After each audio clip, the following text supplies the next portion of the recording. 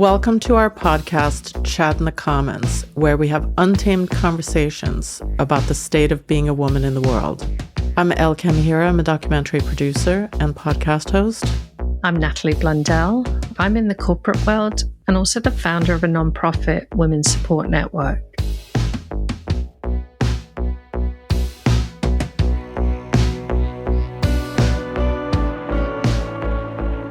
And we're glad that you're back to listen to some more conversations.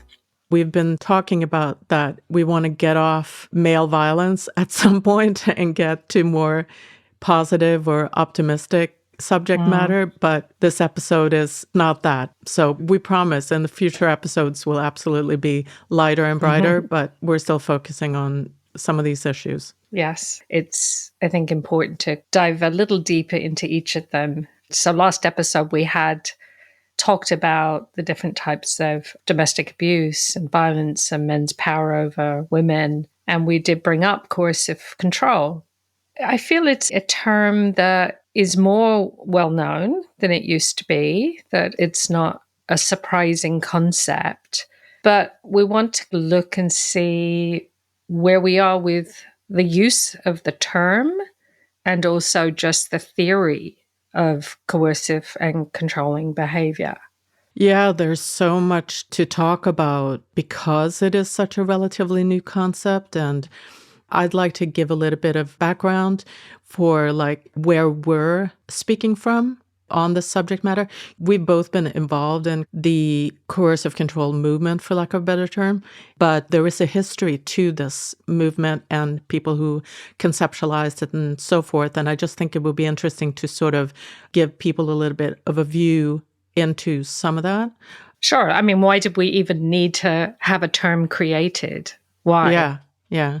Wasn't domestic abuse or domestic violence enough? Exactly. So I'd like to start with just a little bit of anthropological background, which is that the understanding that I'm coming from is that human males are extraordinarily more violent than all other species.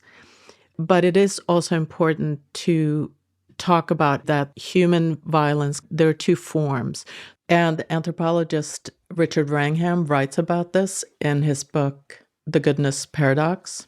So like there's one reactive violence, which other species use a lot when it comes to protecting territory or male contests for mating and that kind of sparring and violence. And humans have that also. But the other type of violence that distinguishes human males from other species males is that human males use organized violence, so planned violence as a strategy. And that's been part of humanity for a long, long time. Violence as a strategy for sexual access or land or territory or what have you. So cheaters aren't strategizing how to kill their fellow cheaters. No, and not in an organized fashion either. The difference between disorganized and organized violence is that one is coldly planned and the other one is like from passions in the moment or like hot, you can call it hot or cold violence.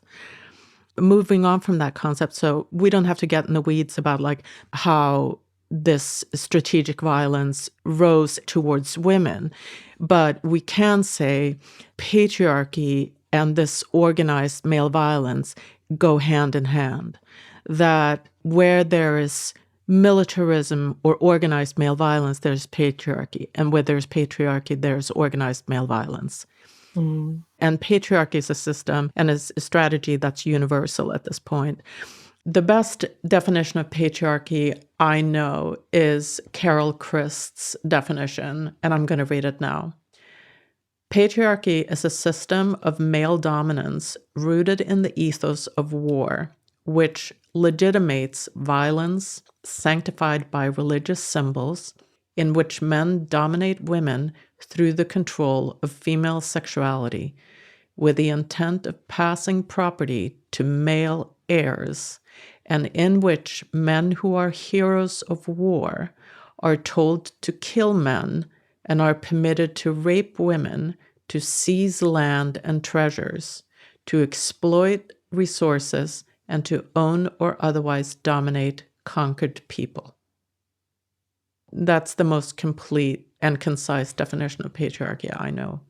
And that gets right to the root. It didn't start in one place like Europe and then spread all over. It started in many different places for a lot of different reasons, in a lot of different ways.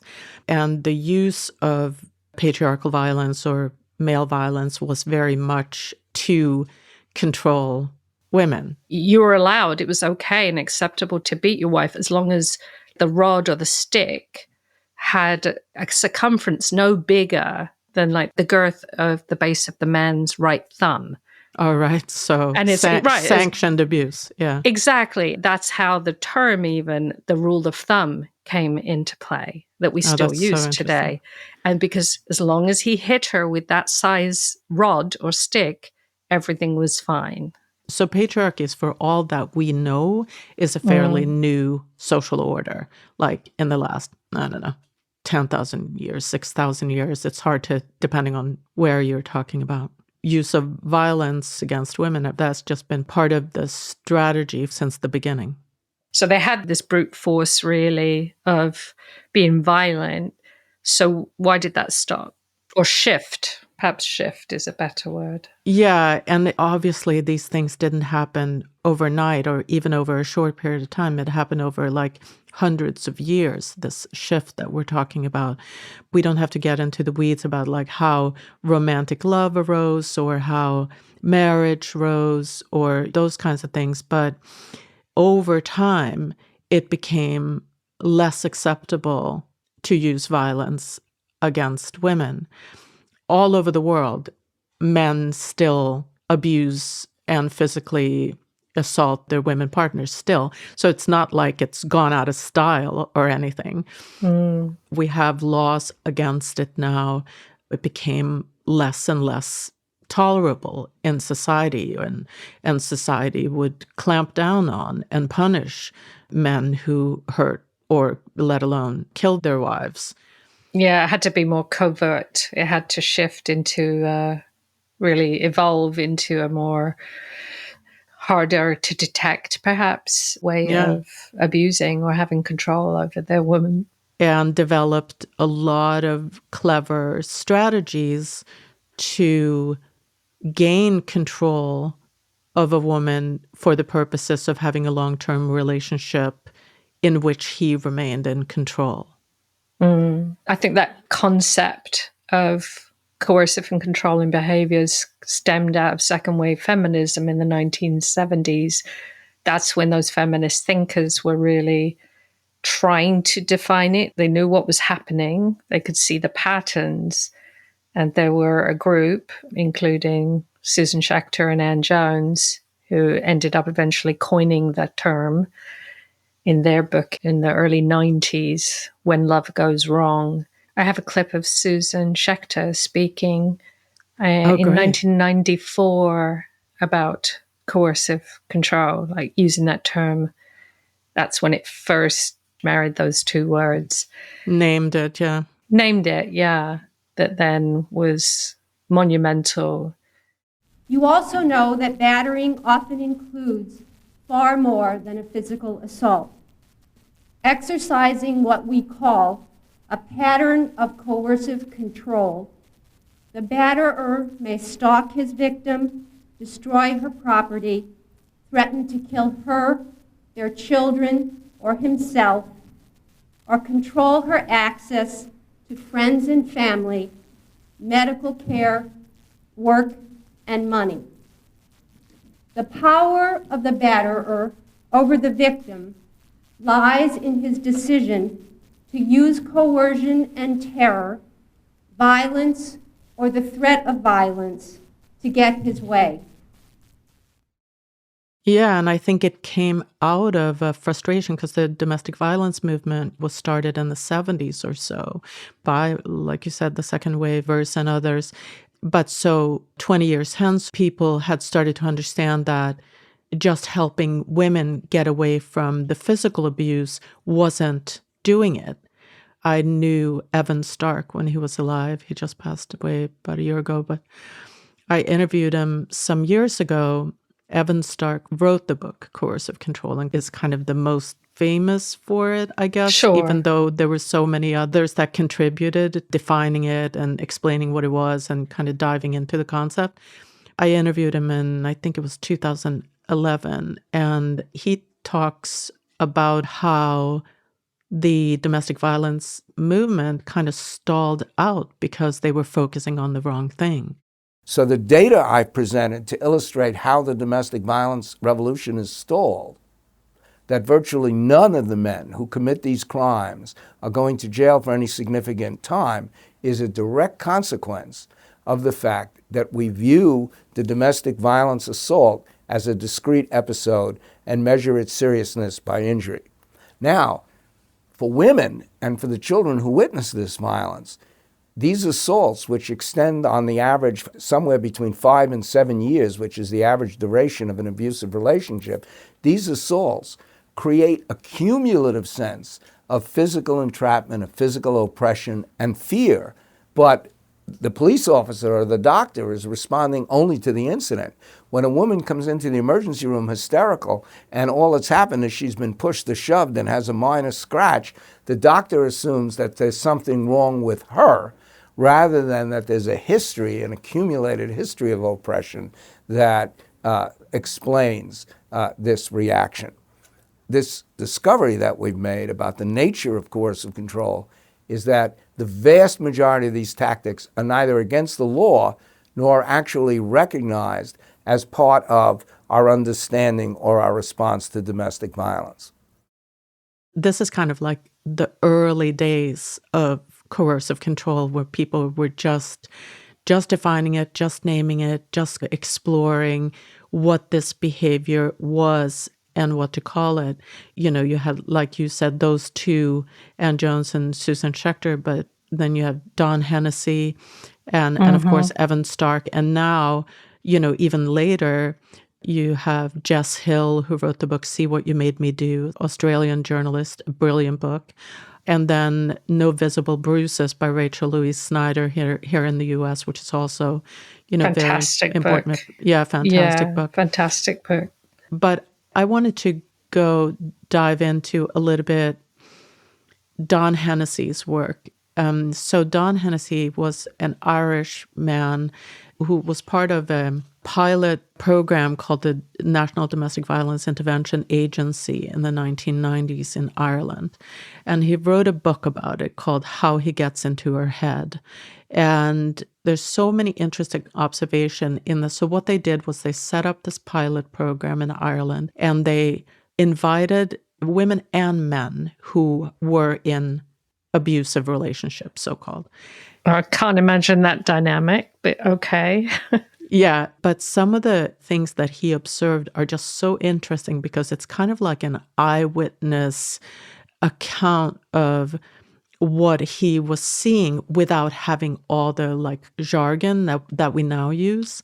They screened for both female and male abusers, and they found no female abusers and no male victims. Now there were Wow. Yeah. So there were women who had been violent, but what he described was that the way they detected abuse was through detecting fear and the level of fear in the women or the people who came in. And what they were able to quickly hone in on was that even if women had been violent towards their male partners, the male partners were not afraid. They were not afraid at all. Right. While the women who came into this program were terrified, so terrified that they had to train all of the staff in dealing with this fear that permeated everything that they did with the women and permeated the organization itself. Like it must have been palpable to have that in the room, and they could probably feel that fear and energy in comparison to the men weren't feeling that with the women. So it was like exclusively a female fear. And that was something that was like a telltale sign that they discovered together. Another thing that was interesting with him is that he uses the word evil all the time. And we don't say that these days. We say intimate partner violence or abusive partner. He uses the word evil quite liberally. Like, I'm going to quote something he says, after 200 years of psychology, it's clear that there's still ignorance about abnormal and evil behaviors, and that I struggled to find ways of describing the tactics used by men to develop and maintain long-term relationships with women in order to enslave the women who love them.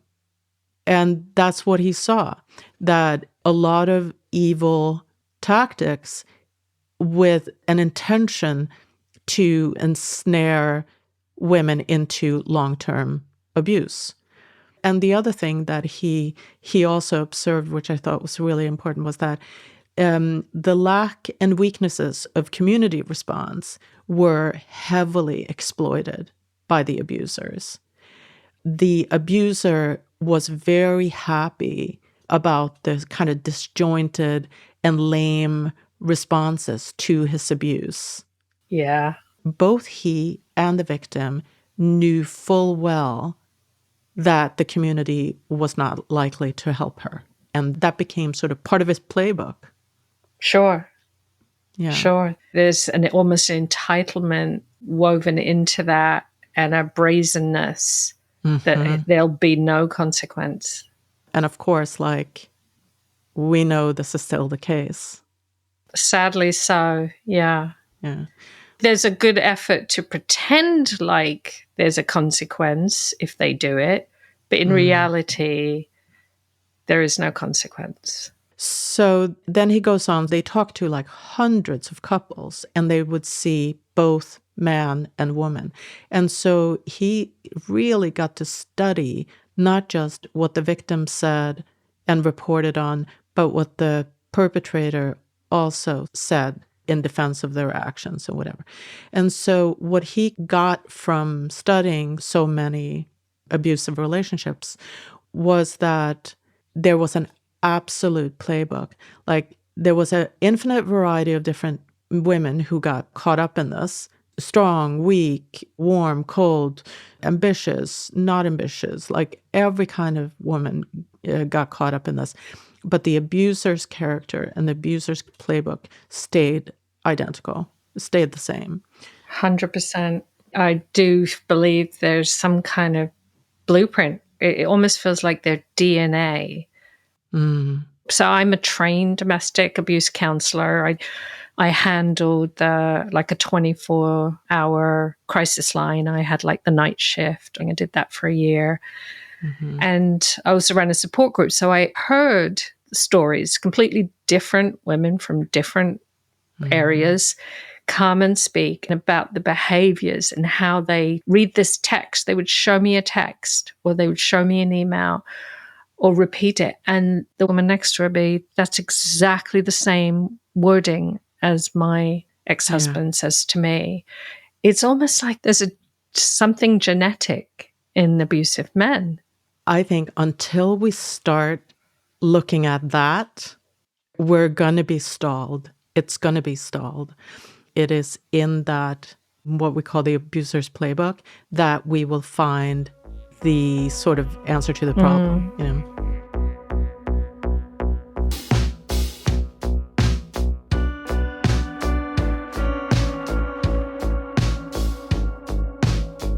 So he goes on to diagram out this playbook, beginning with selection and targeting, then setting up. I'll go back and explain a little bit about what each of these are, but the setup, and then grooming, and then offending, re-grooming, and that process escalates as it repeats and as control needs to be reinforced. And it can sometimes, last for a whole lifetime. Yeah. The woman will go to her grave having known no other kind of relationship than that. Yeah. I mean, the key points of coercive control kind of fall under the intimidation, surveillance, and isolation. There's going to be a compliance test, probably very early on in that relationship, that he's kind of fishing around to see if this woman is going to qualify, that he's going to be able to have power over. Mm-hmm. And many women realize this way later, after they're out of that relationship. They do seek out the women who they intend to abuse. It's not a relationship gone bad. And that is so important for women to understand, because women often come out of these things feeling like a failure, feeling like they fell for something. I should have seen the signs. There were red flags. I should have seen them. Yep. What Don Hennessy really stresses is that a skilled abuser selects and targets women who will serve his needs before her own, and that he will be in charge of that relationship. That is his requirement for the relationship. And the most important part of the courtship, which you just described, the compliance testing and such, is that he hides his intention, not just in the beginning, but throughout the relationship. Often, the woman, and I've been in this sort of relationship, and I know you have as well, is that you don't know what happened to you because it happened covertly. And very slowly, very, very slowly, drop by drop. Drop by drop. And they are confusingly using love to cover up their intention to eventually gain domination. And so it's very hard for women, even when you look back, to see what has, even in retrospect, like to look back and see that is what happened to me, because their intentions and their behavior was so covered up and so covert. And they call that a mask. You know, narcissism is a big word, and understanding a narcissist. And that's a term that's used when the mask drops. Then you see them for who they really are. You see suddenly their intention all along. He has to keep it hidden, and especially, of course, hidden from anybody else and everyone around. And it's no coincidence that proving coercive control in any type of legal situation or court situation is very, very tough, because the women, a lot of them are unaware of what actually has happened to them. It's just not been visible to them. Yeah, it's a scary feeling that you've just been living with someone for the past 10, 15, 20 years, and you realize you had no idea who he really was. It's a scary position to be in, and it's traumatic. That's right. And if it's invisible to the victim, it is usually also invisible to everyone else. And to the system that's supposed to respond to abuse, it is also, we go along with the narrative of the abuser, unfortunately.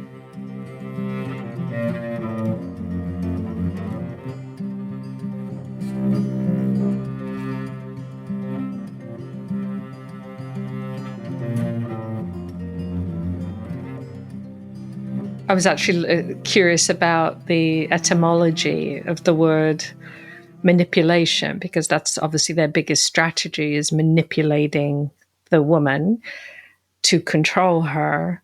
And so it stems from manus, which is hand, and plaire, which is to fill. And the term manipulation actually came in 1820s, and it means really the skillful handling of objects. I, of course, immediately think of like a puppeteer. Of course. That's an image often used for manipulation or coercive control, that he has her like a puppet and he's skillfully handling his partner. Women are conditioned, we are heavily, heavily conditioned to not see this behavior too. Yeah. When we meet a prospective mate, our goal is to be like open and sharing and telling them all about ourselves so that they can know who we are. We want to be known. We want to be seen. We want to be heard. We want to share. We want to know all about them. That's really what modern dating is. But to an abuser, that is data gathering. Yes. And understanding your weaknesses when you do share something, a vulnerability, they act very compassionate, but meanwhile they're banking that because they're going to be leveraging that down the road. And so one of the things, I mean, that I think about all the time is like for women who date is like, don't share. Don't share. Keep your cards close. Yes. Be a poker player. Don't share all kinds of vulnerable situation about past relationships or family or anything because you don't know this person. When you're getting to know a man, make sure you know the quality of his character before you start, laying out your life's history to him. Yeah, I think that we've got to that place because we have been sold as women that our partner will be our everything, our best friend, our closest confidant. He will replace closest family member you have. You are expected to share all your finances, everything about you, disclose all of your history. This will bring you closer. This is what we've been told. But honestly, it's okay not to disclose everything. It's okay to hold some things back. And I don't think women hear that enough today. We are forever being so open, And please accommodate women. You need to accommodate everybody. If you want your soulmate, whoever invented that idea, your soulmate, your twin flame out there, then you have to completely strip yourself naked down to your rawest emotions, and then you will be forever connected. Yeah, for a lot of women, that's proof of their love to do exactly what you said.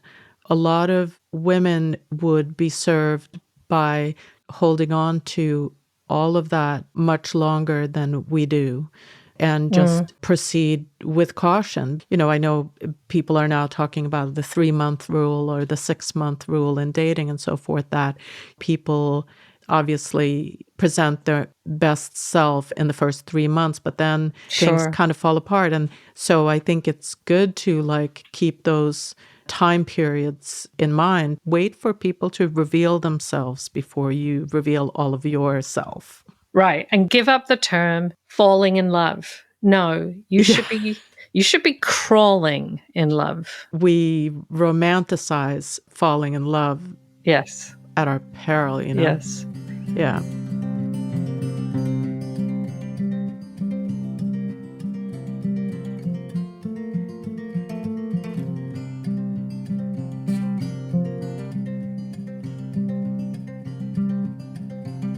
Back to Don Hennessy a bit again. He goes back to talk a lot about how the abuser goes about carving out, psychically destroying his partner so that she will serve him and prioritize him over everything else. And, there's some key ways of doing that, shifting all the responsibility to the woman, which we very easily do. We take everything upon ourselves. When something bad happens or something is at fault, we look, first of all, inwards. What's wrong with me? And they very much exploit that tendency. And the whole idea is, and it is important to understand, this is an attack on the psyche. It is an attack on the body, but that comes much, much, much later in the abusive relationship. It is, first of all, an attack on the psyche, and it's about replacing her inner life, thoughts, feelings with his own perspective, with his own worldview. Yes. And that's the goal. Yeah. And that's what feels so traumatizing and invasive, because when you come out of a relationship like that or try to exit it, you don't even know who you are anymore. Mm-hmm. How many times have you heard women say that? I don't recognize myself. Exactly. I'm a shell of a person that I was when I went into this relationship. I had a career, I was confident, I had a social life and family and friends, and everything got sucked away, and everything was revolved around this one man. To prove your love to him, he made you sacrifice all of that, give that up. And that's part of the isolation of coercive control.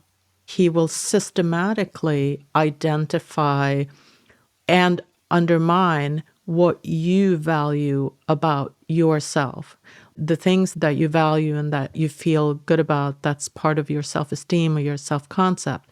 That's what he goes after. To piggyback on that, so Lundy Bancroft as well as Don Hennessy, so he was on the radar really before Evan wrote his book in 2007, Coercive Control. Lundy wrote the famous book, Why Does He Do That?, in 2002, which is really quite early on. In that book, he provides a rationality of coercive control. Why do abusers do that? Mm-hmm. Just explaining really like the comfort and privilege that make control over women desirable for abusive men. And it's a fascinating read, too. And I know women who read it after they come out of destructive relationships, trying to understand what happened to them, read this book. And it's a revelation for a lot of women because so much of this behavior is covert, like we said. And it was kind of a rare thing for a man, Lundy Bancroft, to pull the curtain aside and reveal all of what goes on inside a man's mind while he's doing this. And he was working for years with abusive men, I guess trying to rehab them out of being abusive and not to reoffend. And I think he eventually shifted out of that because he didn't really see it was helping or working. So he started being more a women's advocate. So he kind of shifted. But he's got great insights. It's a gift to women, these books, that's for sure. Because once you understand this playbook and the tactics used, you can be discerning. Yeah.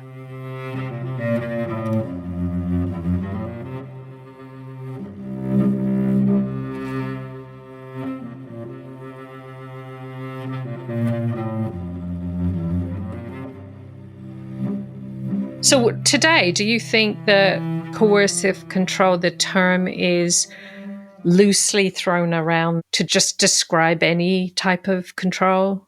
Has it lost its significance, I guess, from when it first was a breakthrough? I think we're still in the process of naming and identifying what it is, but I also do think we are grappling. I know you've done research about what we're doing around the world to combat coercive control, but I do think we're very much struggling still with, one, defining it in a kind of like standardized way, but also how do we actually deal with it? How do we actually combat coercive control? I think the logical reasoning was we need to create laws because the laws will keep men in check and that will protect women. And I believe that was a trap in creating that thinking. You mean that legislation just isn't going to be the solution? I think it gives women a false sense of security, that this law is in place and if he does anything, the law's going to be on my side. But little do they know, if once they get into the judicial system, regardless of what country they live in, it's not going to play out as they think it might. Yeah, but I think part of the issue is also that, and this goes back a little bit to the original response of the DV system, was to think of this as strictly as a violence problem, as a physical violence problem. We talked about that last time, about creating the shelter systems and, you know, all the money that goes into the DV industrial complex. And that is still very much the infrastructure we have. So that's all about taking the woman out of the home and sheltering her and putting her in lockdown and sending him to anger management or other sort of programs. And then now we're trying to layer in coercive control into that on top of all of that. What I'm trying to say, I think we're in the middle of a paradigm shift, switching from one way of responding to men's abuse of women to another and kind of create appropriate sanctions or appropriate punishment. Yeah. And I think that's what's been happening over the past 10 years or so to change the language in the laws that we have currently in different countries from the violent incident model to include coercive and controlling behaviors. It can't just be one incident at a time that was recorded. It has to be this long-term pattern of abuse that often is not violent, physically violent. And so how is that looking around the world? Sure, yeah. Well, I mean, the first place a law was passed was in England and Wales. It was the first country back in 2015. And they criminalized coercive control then under the Serious Crime Act. While that sounds fantastic, like great, they can go to jail, the maximum sentence in the UK currently that you can get is a maximum of 5 years. But realistically, you're going to get a fine or some community service. It's kind of a false sense of feeling like we're making progress with this. But I'll go through some other numbers just so you know. Yeah. So in 2018, Ireland and Scotland, they also passed laws criminalizing. Yeah, I remember that. Yeah. Mm-hmm. And then we had in Canada, there is actually a bill pending that's been pending since 2021 in the Senate to criminalize it. So Canada's nowhere right now. Only one territory, Ontario, has the definition added. So in Australia, and again, not all of Australia, just New South Wales and Queensland in 2023, they have criminalized coercive control. Criminalized it. Yeah, okay. Criminalized it. Now, the whole rest of Europe are under the 2011 Istanbul Convention, Article 33 for psychological violence, which I'll read to you. Parties shall take the necessary legislative or other measures to ensure that the intentional conduct of seriously impairing a person's psychological integrity through coercion or threats is criminalized. There's no real rule. And that's all of Europe. Every country there is still working under that very, very old article. So there's a lot of work to be done in the rest of Europe, even just to get it as a definition itself. Scandinavia, your home country, they consider all forms of violence illegal and criminal, including domestic. They don't need to define coercive control because, of course, it fits under that. You could definitely move forward with action if you were being coercively controlled in Scandinavia. Africa, Asia, Central South America, and the Middle East, none of them have anything, not even the Istanbul Convention. Right, like in plenty of parts of the world, would-be abusive men don't have to do any kind of targeting, selecting, setting up, grooming, because women are already groomed that way by the culture. Yeah. So you can just step into a relationship and start abusing to your heart's content, abusing and... Right, and you're brought into that just by being born as female. So as a woman, you're going to witness that in those cultures that women are oppressed, women obey the man. That's just their culture, and that's what's seen. Yeah. So the good old US of A, where are we with coercive control? We actually have 5 states that have passed a coercive control law, and everyone gets super excited about that. But all that it is, and these have been going on since 2020, so 5 years now, California, Hawaii, Connecticut, Florida, and Vermont, they added coercive control to the definition of domestic abuse. Hawaii even said it's a petty misdemeanor. Yeah. So you can't really get a criminal record from it. You can't have someone sent to jail for it. It's just adding it to a definition that a judge may or may not use or may use against you if they want to. And we can talk about that. Yeah. So we've had some experience with this, but so it's not in the criminal code simply, which means that it's in the civil code, which means that this is something that's dealt with in family court. Correct. Not criminal court. And exactly. That's a big difference in this country. Massive difference. I was a part of passing Jennifer's Law in Connecticut in 2021. Former Senator Alex Kasser tabled that redefinition of domestic violence. I think it's one of the most comprehensive definitions of coercive control in this country out of all the states. The, law is named after Jennifer Dulos, who disappeared, presumed murdered by her soon-to-be ex-husband, and also Jennifer Magnano, who was a woman who was murdered by her husband after many, many years of coercive control. She had fled her abusive husband with her children, and Connecticut Family Court compelled her to come back. Oh. And her soon-to-be ex-husband ambushed her and shot her dead in front of the kids. And so it's a horrible story. It's a horrible case. This happened in 2007, and Jennifer's Law is named after Jennifer Magnano and Jennifer Dulos both. But at any rate, so in 2021, we were a big cohort of women in Connecticut and across the nation, really. People like Danielle Pollack and Laura Richards and Christine Carciola and lots of other experts from all over wrote this law, campaigned for this law, and got it passed. And there was a lot of, it really felt like an incredible victory, really, to get this concept codified into law. And pretty fast, like within a year after Jennifer Dulos died, I think. That's right. Yeah. Yeah. But then with this law on the books, we kind of started keeping track of like how the law was being used in different parts of Connecticut. And there absolutely were cases where women got restraining orders successfully or other sort of protective measures.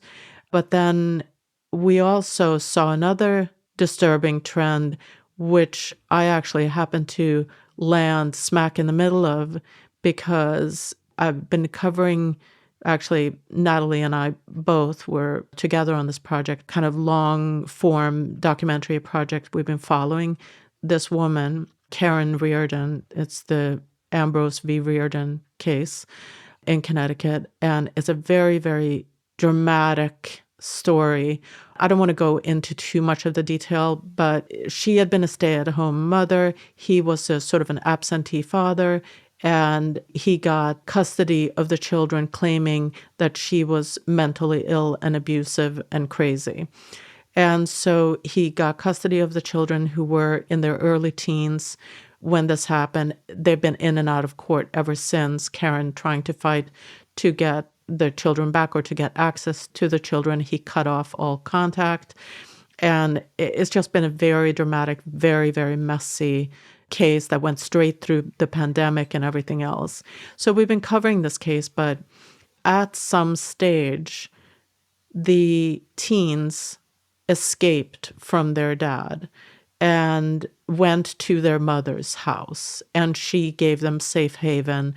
And then that kind of precipitated a whole new round of court battles, him trying to get the children back. And he also took out a restraining order against Karen on the children's behalf in order to force the children back home to him. And as part of that, he got this high-powered family law lawyer in Connecticut. And they used Jennifer's Law, the new coercive control law that we had together passed. They used Jennifer's Law to argue that Karen had used coercive control against her children to manipulate her children to run away from their father and come to her, even though she hadn't seen them for 3 years. And they were successful. He was able to level this restraining order using Jennifer's Law, charging Karen with coercive control of her children. Essentially, a coercive control law was used against a victim of coercive control successfully. Right. And wasn't that some of the arguments against Jennifer's Law passing in the first place? Absolutely. That it might be used against, it could be used against an actual victim. Yeah, there were many cautions being voiced around the time we were campaigning for it. And I think all of us were so determined that this was a good thing and Right. that this was going to help victims. And I don't know that most of us saw the risk of this, but some people absolutely did. And so when this happened, it was a gut punch that a law that we had thought was going to really protect victims was turned against them. And this is also in the light of family court is an arena in which a lot of post-separation abuse happens. Sure. And so the court itself is a weapon for coercive controllers. And that was the case in this case. And they abused the intentions of Jennifer's law and coercive It must have been control law. so deflating that you were part of passing the law and then you were there to see it abused and not used for the intention of what it was created for. Yeah, it was quite sickening. Sat in the courtroom listening to those words being used against Karen. It was quite a blow, and it's just very upsetting. Yeah. And so the outcome of that, because it's not criminalized, coercive control isn't criminalized in any of the 5 states where there's a coercive control law. She didn't get sent to jail, but there was a restraining order, correct? She had a 1-year stay away from her children. That's right. That was based on she was found guilty of coercive control. That's right. And one of the most upsetting parts about it is that it was very clear that these men who passed this judgment, especially the judge in the case, had kind of interpreted coercive control in Jennifer's law as kind of this mysterious female powers of manipulation, where somehow the mother from a distance had used her witchy powers to I was going to say, manipulate her children. Are you bringing up witchcraft right now? Because she's got special skills, mind control skills. That's the way they interpreted coercive control. Everyone that's taken such care to define it and name it, and lots of people out in the field educating about coercive control.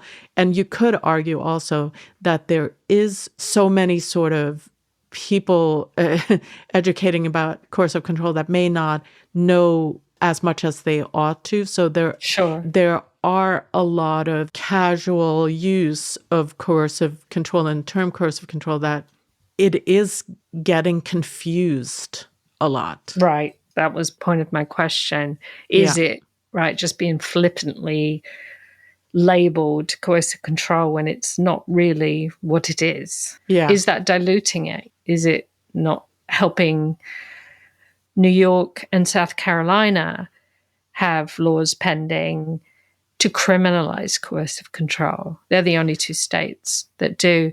But what if it was? That means she could have gone to prison and she didn't do anything. Absolutely. And I don't know what criminalizing coercive control would do in the United States. I hate to say this, and I'll probably be out of favor for saying this, but if it ever did get criminalized in this country, as it is in England and Scotland and Australia, I would want it gendered. I would really like to see that be a gendered crime. I was just going to say that. I think that's kind of what's missing in the interpretation a lot of the time. It's the same issue that we're having with the gender neutralization of domestic violence. It's it is a gendered crime. And I know gender is not a word we want to necessarily use anymore, but it's a sexed crime. Let's call it that. Sure. Sex-based crime. It's a sex-based crime, and it's something that men do to women. And I'm not saying women can't exert coercive control over men. I'm not saying that's an impossible thing. I think it is. But what you have to understand about coercive control as we know it as a sex-based offense or sex-based crime is that it is born out of inequality and patriarchy and, millennia of male violence and control. That's a societal organization and a structure. Women are on the downside of that. Women don't have structural power.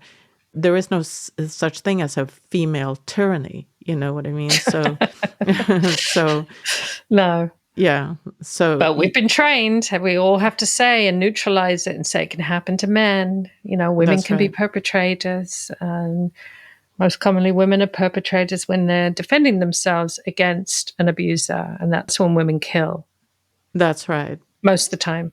And actually, Anne Jones, who wrote When Love Goes Wrong and coined the term with Susan Schechter, she wrote a book, The Women Who Kill. And it's all about that.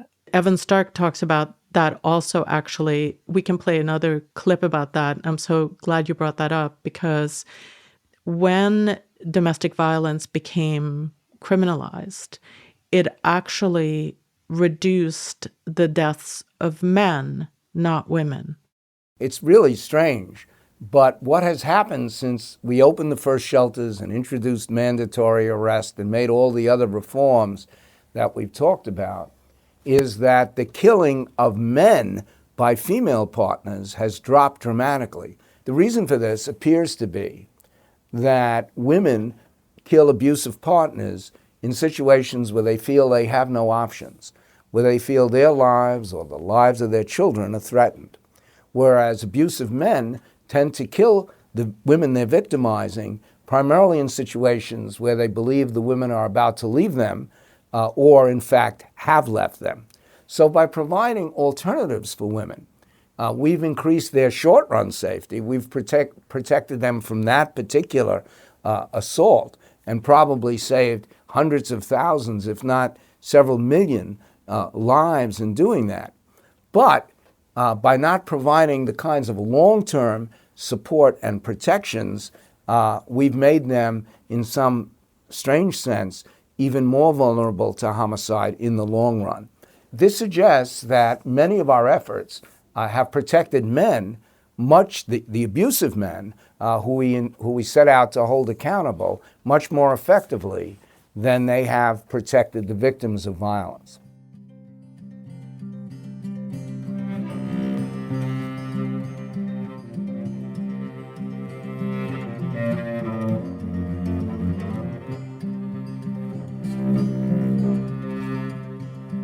So in the US right now, for the 5 states that have it, what's the benefit of that? Having it added to the definition, you can get a restraining order based on this level of abuse.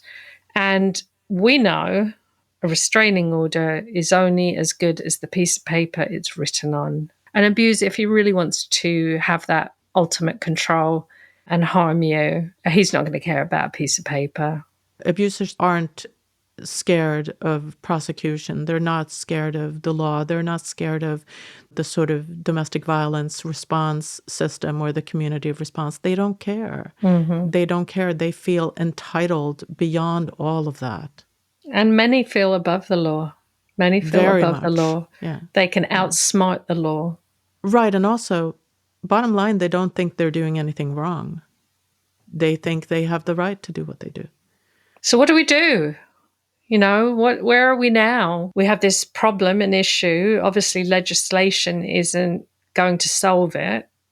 Is it up to educating and raising young boys differently and retraining men?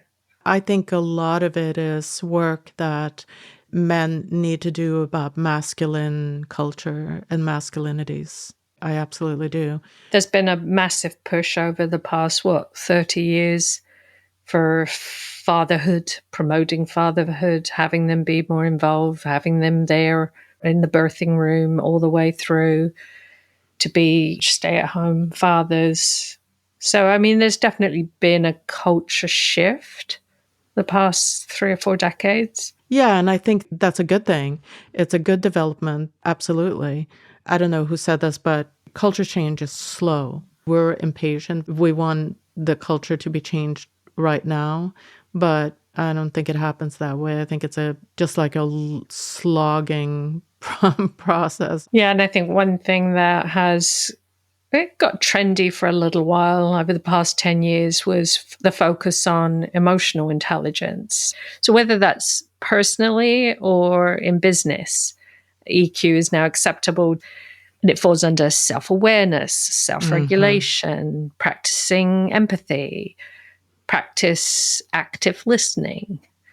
So these are good skills. Do you think that moving men into that direction more would help this slow evolution of men overall, boys and men? I don't think there's like one panacea that's going to be a fix cure-all for this, but I do think that those are all tools in the toolbox, right? And I do think equipping and expecting emotional intelligence and acuity and attunement from men is super important. Like the more of that, the better. The more sort of woven into community and social fabric and social structure, the more strings attached, the better. The better we all are, in a sense. You know what I mean? The more responsible we are made to be towards each other. And that, of course, means men as well. It's a good thing. Yeah. There are other ways to live in a society.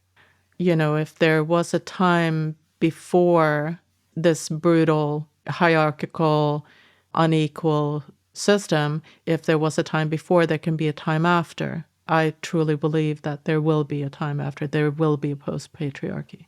I would love to end on a high note. A positive, optimistic vision that maybe we can talk about in another episode about what that would look like. Yes, let's.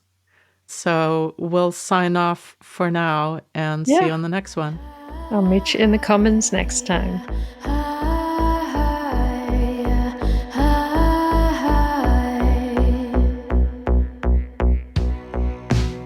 Thank you for listening to Chat in the Commons. We would love to hear from you about anything we talked about on this episode. You can reach us via our social media or on our website, chatinthecommons.com.